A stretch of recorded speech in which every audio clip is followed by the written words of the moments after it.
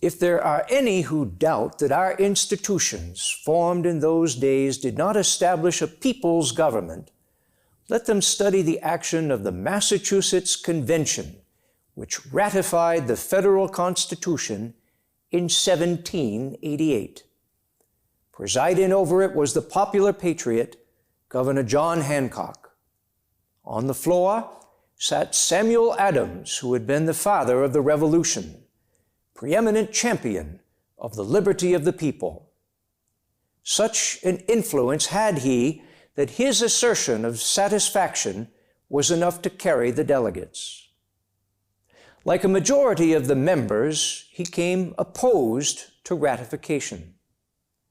Having totally thrown off the authority of foreign power, they came suspicious of all outside authority. Besides, there were 18 members who had taken part in Shays' Rebellion. So hostile were they to the execution of all law.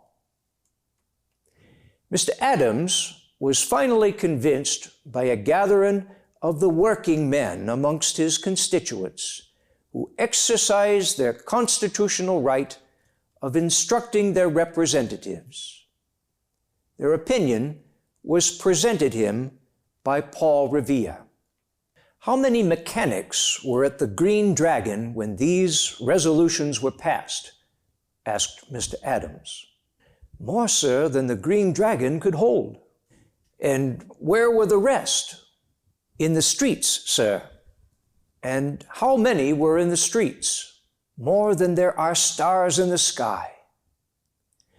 This is supposed to have convinced the great Massachusetts Tribune that it was his duty to support ratification.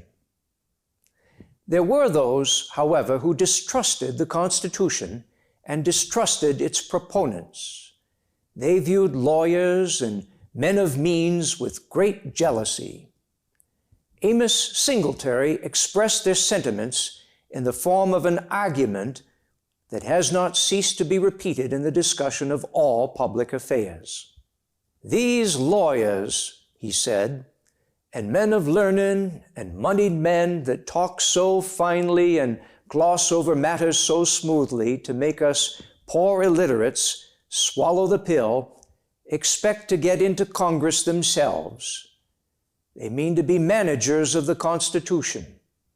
They mean to get all the money into their hands, and then they will swallow up us little folk like the great Leviathan, Mr. President. Yes, just like the whale swallowed up Jonah.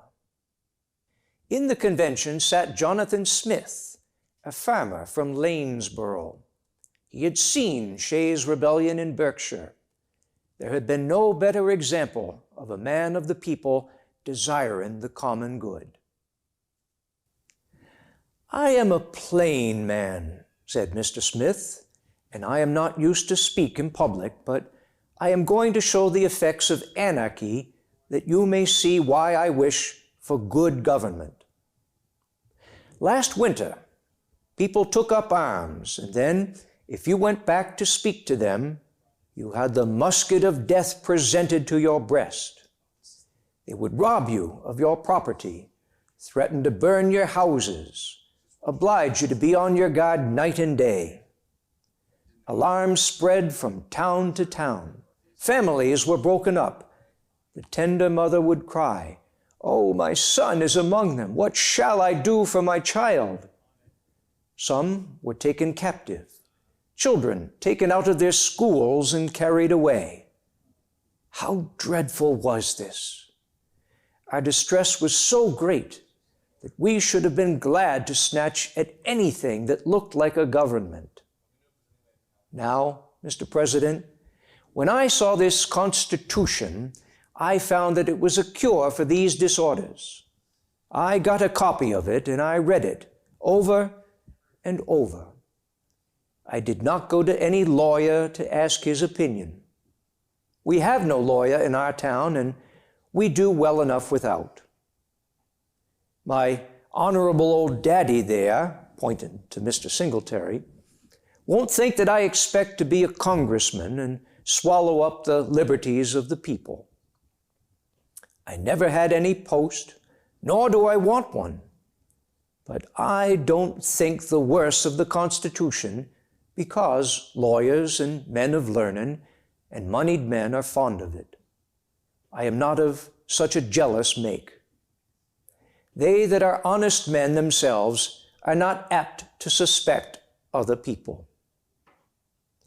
Brother farmers, let us suppose a case now. Suppose you had a farm of 50 acres, and your title was disputed, and there was a farm of 50 acres joined to you that belonged to a man of learning, and his title was involved in the same difficulty. Would you not be glad to have him for your friend, rather than to stand alone in the dispute? Well, the case is the same. These lawyers, these moneyed men, these men of learning, are all embarked in the same cause with us, and we must all sink or swim together. Shall we throw the Constitution overboard because it does not please us all alike? Suppose 2 or 3 of you had been at the pains to break up a piece of rough land and sow it with wheat. Would you let it lie waste because you could not agree what sort of a fence to make? Would it not be better to put up a fence that did not please everyone's fancy, rather than keep disputing about it until the wild beasts came in and devoured the crop? Some gentlemen say, don't be in a hurry. Take time to consider. I say, there is a time to sow and a time to reap. We have sowed our seed when we sent men to the Federal Convention. Now is the time to reap the fruit of our labor. And if we do not do it now, I am afraid we shall never have another opportunity.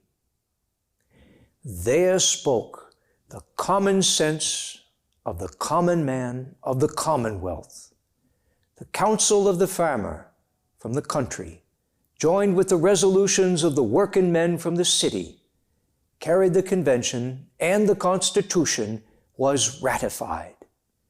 In the light of succeeding history, who shall say that it was not the voice of the people speaking with the voice of infinite authority?